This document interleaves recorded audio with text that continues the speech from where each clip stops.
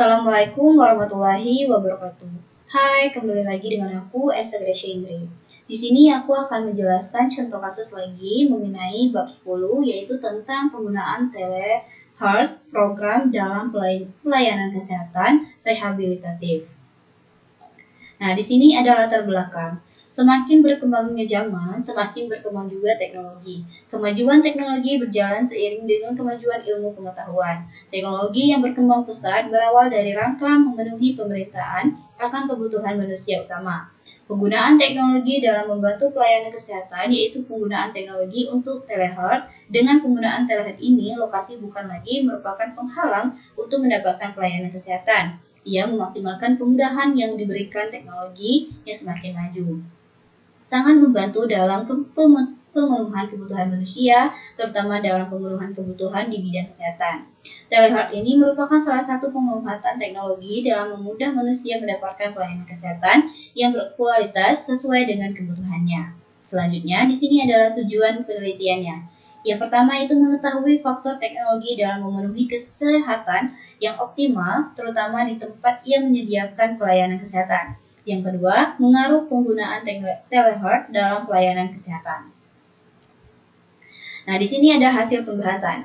Hasil, artikel yang ditemukan berdasarkan hasil pencarian dari kata kunci yang digunakan yaitu sebanyak 1.847 artikel, kemudian artikel diseleksi lagi berdasarkan kriteria induksi yang ditetapkan sehingga penulis menemukan 10 artikel yang sesuai dengan judul penulisan artikel ini.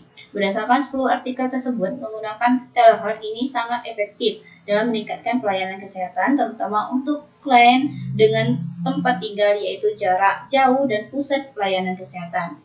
Pembahasan, telehealth merupakan layanan yang menggunakan berbagai teknologi dalam perawatan untuk membantu suatu fisiologis klien dan kondisi kesehatan klien, melakukan pendidikan kesehatan yang dikombinasikan dalam manajemen penyakit kronik secara signifikan, dapat meningkatkan status kesehatan klien dan meningkatkan kualitas hidup klien. Telehealth ini menggunakan berbagai teknologi dalam pelaksanaannya yang bertujuan memantau kondisi klien dalam jarak yang tidak perlu bertatap muka secara langsung dengan tenaga kesehatan. Telehealth juga merupakan cara dalam menyampaikan pelayanan dan informasi tentang kesehatan pengguna teknologi komunikasi. Selanjutnya ada telecoaching, yaitu merupakan layanan pembinaan kesehatan yang berbasis telepon yang disampaikan oleh navigator dan berpotensi sebagai perawat yang telah mendapatkan pelatihan tambah mengenai cara memberikan motivasi dan terkait perubahan perilaku.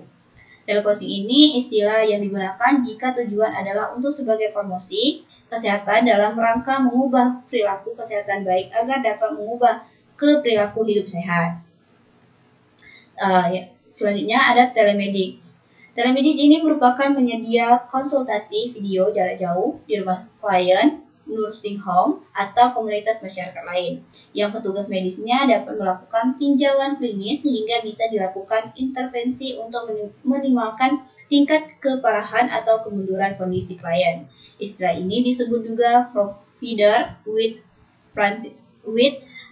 patient friend. Selanjutnya ada telemonitoring, yaitu merupakan pengguna perangkat untuk mengumpulkan dan mengirimkan data dari rumah pasien ke pelayanan pusat pemantauan yang diatur oleh perangkat. Telemonitoring ini merupakan cara memantau kondisi klien yang jika terjadi sesuatu pada klien, data-data medis yang terlihat pada klien akan dikirimkan ke pusat pemantauan penggunaan perangkat sehingga nantinya manifestasi klinis yang muncul pada klien akan dikelola dan dikelompokkan dalam trensi sehingga akan diarahkan pelayanan kesehatan pada yang sesuai dengan klien. Selanjutnya, kesimpulan dan rekomendasi. Telehealth ini merupakan layanan pengguna berbagai teknologi dalam perawatan untuk membantu pemantauan status psikologis klien dan kondisi kesehatan klien, melakukan pendidikan kesehatan yang kombinasi dalam manajemen penyakit, kualitas secara signifikan, dapat meningkatkan status kesehatan klien yang meningkatkan kualitas hidup klien, Penggunaan telehealth ini tidak hanya berguna untuk klien saja, tetapi juga memberikan layanan kesehatan itu sendiri, yaitu menambah tingkat pengetahuan para tenaga medis dan mempengaruhi informasi untuk meningkatkan pelayanan kesehatan yang akan mereka berikan. Selanjutnya, di bab 11 ini Elsa mengambil contoh jurnalnya mengenai perkembangan sistem informasi rawat jalan dalam pelayanan persalinan di klinik berbasis.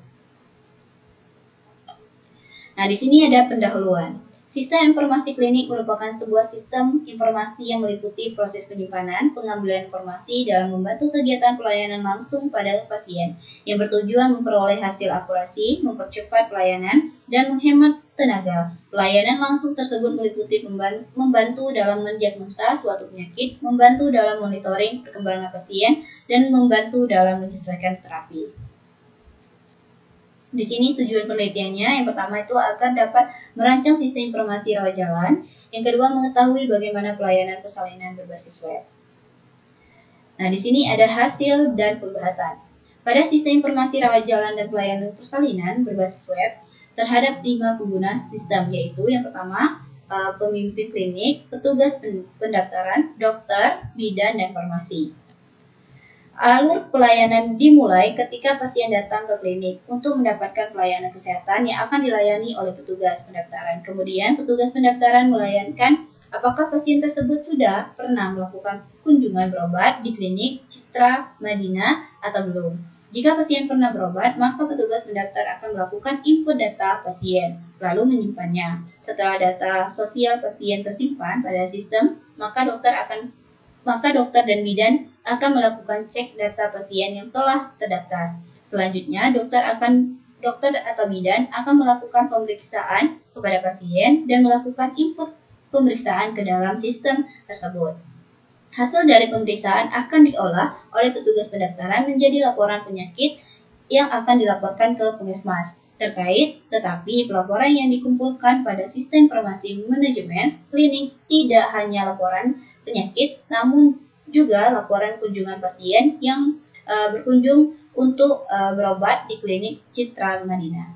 Selanjutnya, di sini ada beberapa rancangan pelayanan. Yang pertama, rancangan kontrak diagram DFD, UML, dan ERD. Yang pertama, rancangan dalam flow diagram atau DFD. Yang kedua, rancangan Unified Modeling Language yaitu UML. Yang ketiga, rancangan Unified Language Activity. Yang keempat, rancangan Entity Relationship Diagram atau ERD. Yang kedua, yaitu hasil implementasi pengujian sistem. Yang pertama, halaman login merupakan proses pengakses sebuah sistem. Yang kedua, halaman menu utama. Yang ketiga, halaman pendaftaran pasien. Yang keempat, halaman data pengguna. Yang kelima, halaman pemeriksaan umum. Yang keenam, halaman pemeriksaan status ibu. Yang ketujuh, halaman catatan kelahiran bayi. Yang kedelapan, halaman adab obat. Yang kesembilan, halaman pembayaran. Dan yang ke-10, halaman pelaporan. Selanjutnya, di sini ada kesimpulan dan rekomendasi.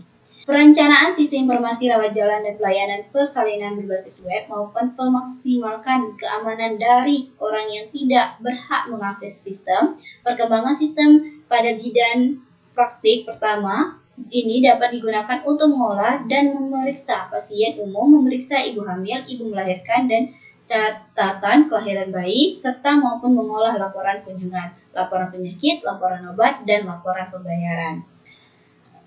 Nah, mungkin itu saja yang bisa saya jelaskan mengenai bab 10 dan bab 11. Semoga bermanfaat dan teman-teman juga bisa memahami dari penjelasan aku. Sekian, terima kasih. Wassalamualaikum warahmatullahi wabarakatuh. Bye-bye.